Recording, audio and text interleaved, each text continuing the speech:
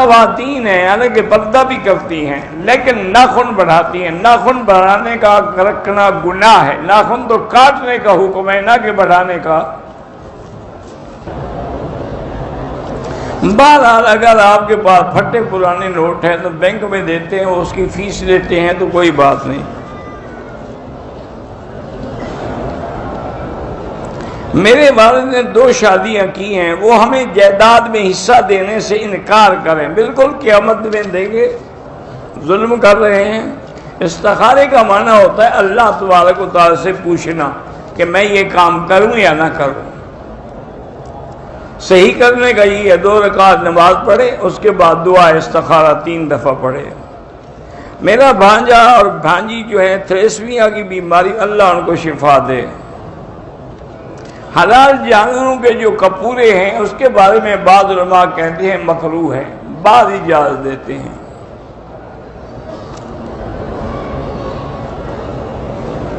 وہی میں نے جو بتایا تھا آپ کو, سسٹون, وہ گردے کی پتھری ہو یا کہیں بھی وہ پتے میں ہو, انشاءاللہ وہ نکل جاتی ہے.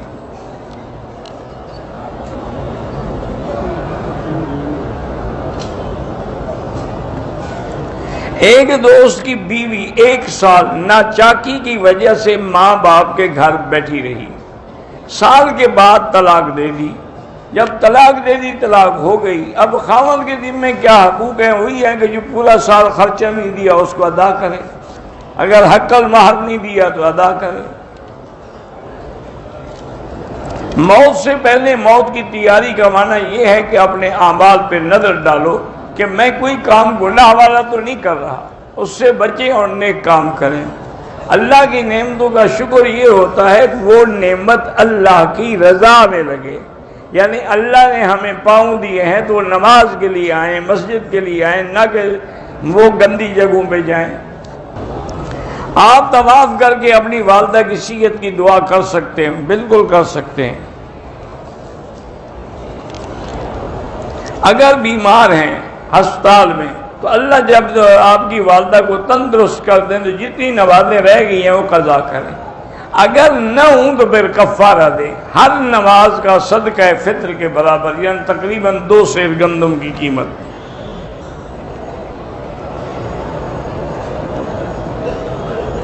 اگر شادی شدہ بہن فوت ہو گئی تو اس کے حصے کی جو جائیداد ہے اس کی اولاد کو دے.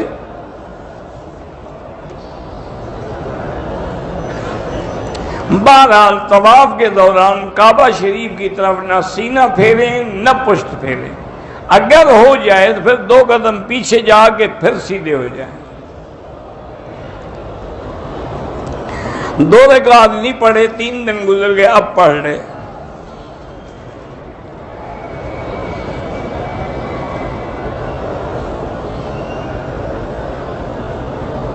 بہرحال وہ احرام کی نیت کر کے آئی ہے اور ایام حیض ہیں, وہ احرام کی پوری پابندی کرے, ہوٹل میں بیٹھی رہے, جب تسلی ہو جائے, پاک ہو جائے, غسل کر کے عمرہ کرے, اور کہیں جانے کی ضرورت نہیں ہے کیونکہ وہ نیت کر کے آئی ہے.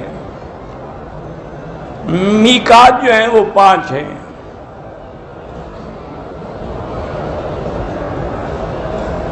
ہم ویزے پر بھتیجے کے پاس طائف آئے, وہاں سے آ کر عمرہ کیا, پھر طائف سے مدینہ, مدینہ سے واپسی پھر عمرہ کیا. ٹھیک ہے, رہائش طائف میں ہے, آنا جانا پڑتا. اگر رہائش طائف میں بار بار آنا جانا پڑے تو ہر دفعہ عمرہ ضروری نہیں ہے.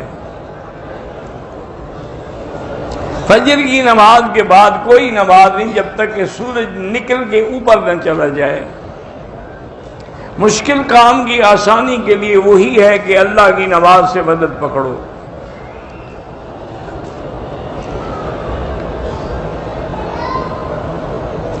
آپ وکیل ہیں, عمرے کے بعد بھی وکالت کریں, لیکن کوشش یہ کریں کہ مظلوم کا ساتھ دیں, ظالم کا ساتھ نہ دیں.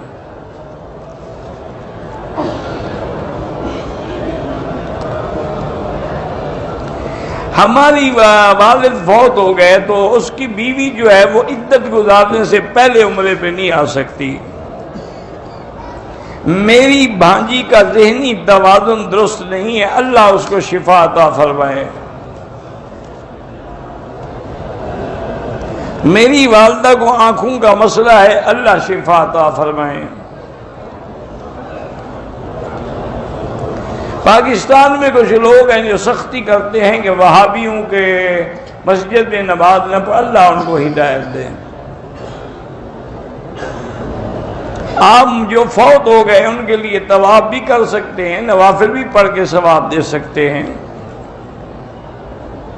بچوں کے لیے وہی جو میں نے کئی دفعہ بتایا ہے، قرآن کی آیت ہے، اصلح لی فی ذریتی انی تبت الیک و انی من المسلمین، ہر نماز کے بعد 7 دفعہ پڑھا کریں۔ مقروض آدمی ہے، دم کا گوشت کھا سکتا ہے، ہاں کھا سکتا ہے، لیکن اصل اس کے حقدار وہ ہیں جو مکے کے لوگ ہیں، مکے کے غریب ہیں۔ بھائی اپنے بہنوں کو زکوٰۃ دے سکتے ہیں، دے سکتے ہیں۔ بیٹی اپنی وراثت کا حصہ اگر خوشی سے اپنے بھائی کو دینا چاہے، اس کی مرضی دے دے۔ احرام کی حالت میں جب واجب چھوڑو گے تو پھر دم پڑے گا۔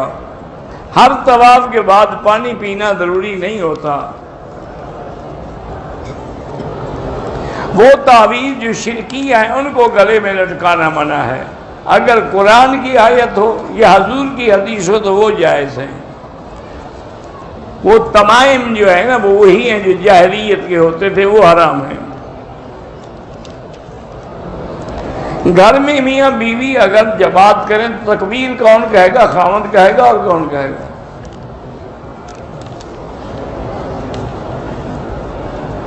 والدہ فوت ہو گئی ہیں، اس کے لیے مغفرت کی دعائیں کریں تو انشاءاللہ خواب میں بھی نظر آ جائے گا۔ قرآن کی آیات کو بطور وظیفہ پڑھنا جائز ہے، بالکل۔ صحابہ نے سورۃ فاتحہ کو برائے وظیفہ نہیں پڑھا۔ جو لوگ فوت ہو گئے ان کے لیے عمرہ طواف سب کچھ کر سکتے ہیں۔ کہتے ہیں کہ کوئی عورت فوت ہو گئی، قبر کے کفن چور نے قبر کھولی اور اس کا کفن چھیننے لگا تو اس نے اس کو پکڑ لیا۔ اللہ عالم، نہ قرآن میں ہے نہ حدیث میں ہے۔ بیوی کے چہرے کو دیکھنا ثواب ہے، بالکل۔ جب دوسرے کو دیکھنا گناہ ہے تو بیوی کو دیکھنا ثواب ہے۔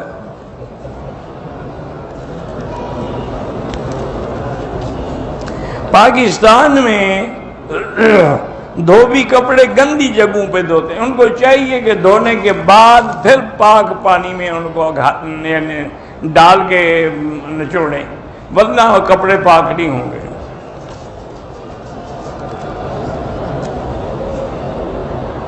بہرحال آپ اللہ کا نام پڑھتی رہیں، یہ ضروری تھوڑا ہے کہ ہم وظیفہ پڑھیں تو مہینے میں کام ہو جائے۔ اللہ کی مرضی جب چاہیں۔ ہمارا کام ہے مانگتے رہنا، ہمارا کام ہے کہ بادشاہ کے دروازے پہ بیٹھے رہیں۔ اب بادشاہ کی مرضی جب نظر کرم فرمائیں۔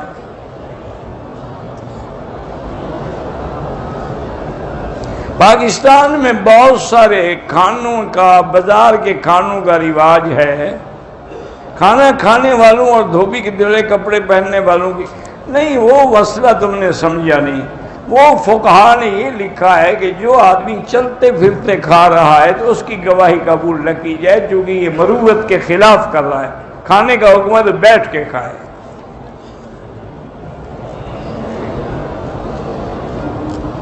جامعہ ہے بنات کا، والدین وفات پا گئے، ان کو اللہ مغفرت کرے اور آپ کے مدرسے کو کامیاب رکھے۔ میری بات یہ بیمار، اللہ ہر بیمار کو شفائے کاملہ عطا فرمائے۔ 2 سجدوں کے درمیان میں کئی دفعہ تو میں نے بتایا، رب اغفر لی ورحمنی وارزقنی واجبرنی واہدنی واعف عنی، یہ دعا پڑھا کریں۔ نہ آئے تو چپ رہیں۔ نماز کے دوران آپ دعا نہیں مانگ سکتے، تشہد میں دعا مانگی جاتی ہے، اللہم انی ظلمت نفسی ظلما کثیرا۔